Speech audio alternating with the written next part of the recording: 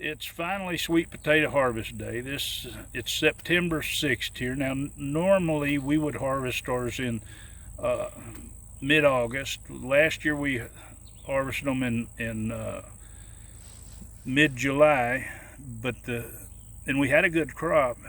But harvesting them early like that, they didn't keep good. They started to go ahead and start setting eyes real early, so we had to preserve them in order to have sweet potatoes from last year's harvest, instead of just storing them away and eating them as we needed them. So let's see what we've got. All right, we've already dug down this side. Well, actually we didn't dig, we pulled up the vines. You find a lot of little ones like these where they've wherever the vine root's in, a lot of times it'll start producing. Depends on how early in the cycle of the plant to how big they are, but usually you'll get a lot of little bitty ones. But as you can see, we've started digging here. We've started digging the crop, and it's just a matter of whenever you start harvesting these. Now we just start down the row, and then we'll watch where the vines are rooted in between the rows. But if you notice the foliage on here, you see how we got an area that's completely died down. A lot of it is yellowing and such as that. Now this foliage, whenever it was in its peak, was up about 3 foot tall. It's fell down. It's starting to yellow, even though we have had a good amount of rain to keep it moist. So that's a sign that we need to get these out of the ground. Well, we've started digging these up, and we've got about half a row, and we've already got 2 bushels. Some's big, some small, some average size. A lot more to go. Well, the first row is done, and as you can see, we got right about 4 bushels. That's when I always say I'm glad I left enough room that I can get my 6-wheel ATV in there, because when you're harvesting certain crops, and sweet potatoes are one, you got a lot to haul out. Now I could wheelbarrow these, but these are at the bottom of the garden, and taking them uphill 100 and something feet one at a time would be a killer.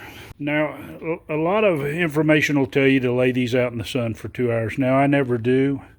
If you're at a place and you don't have enough area to put these in on, you know, to where they can lay out and dry and cure, you might need to let them sit out in the sun a little bit, at least to dry off. But before you store these, you need to lay them out. What I do is I put a tarp down on my shop floor, and then I just spread them out where they're not touching or just barely touching. And I run a fan during the day to circulate the air so they've got good airflow. In any of the little places where they've been broken, and you'll normally see a little milky white substance come out, they'll heal over, and then once they heal over, you can store them with no problem. Do you want one? Do you want one? You want a sweet potato, huh? You want a sweet potato? That's what it looks like after all the carnage and everything is dug up. We ended up at this was about 4 rows, 20 foot long, and we ended up with a little over 8.5 bushels of sweet potatoes. One thing I want to emphasize, when you dig your sweet potatoes, now she'll dig some of the side and make sure we didn't miss any with the shovel, but normally we dig the whole row by hand, because you don't want to damage your sweet potatoes. I've watched people harvest them and throw them into a bucket or wagon and haul them out. Anytime you do that, you're going to end up bruising and they're not going to store for a long period. So it's different when you're selling them, and you'll see some of these companies use equipment and stuff. It doesn't matter if they're putting them on the shelf real quick, but for your long-term storage, because sweet potatoes do store for a long time, you want to be gentle with them.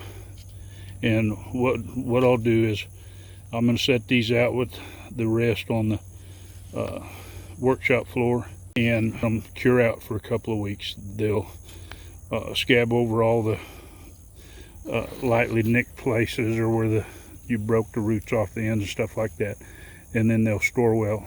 Or, you know, if you're not where you can do that, you can leave them out in the sun for a few hours to dry off. It does make a difference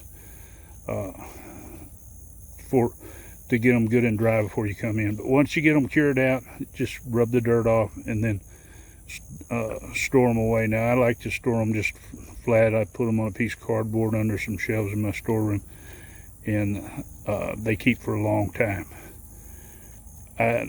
When you dig them early, like we did last year, we had some plans, so we went ahead and dug them middle of July. And what ended up happening was they didn't store good. They started growing in a hurry. Now, while I was digging these up, only one of them did try to grow, but we come out with some pretty big ones, and I'll probably weigh this up and see how big. You know, some people might think these big ones are going to be woody or taste bad. Now, if they start to grow, then they start getting fibrous and woody. If they're not, we've had one that was about 4 pounds 1 year, and we cooked it up, and yes, it makes a big meal for 2 people, but it was just as sweet as any of the other smaller ones. And one thing about these, you want them to set and cure for a little bit so that the sugars will come out. They'll get sweeter after they set a little bit after they've been out of the ground. Pardon the noise from the fan. This is what it looks like. Let's zoom out a little bit here. What 8.5 bushels looks like set out here on tarp. And we have a large fan that we use to help these cure, and we'll let these heal up and dry here for a few days. I hope this video gets you excited, gives you a little more information on sweet potatoes. I plan to do another video that's from start to finish, and I'll link it below in the description once I get it finished, so you can go to it if you're interested in growing your own sweet potatoes. This sweet potato here is our record largest. The largest a few years back was 3 pounds 9 ounces. This one come in 3 pounds 11 ounces. Happy gardening.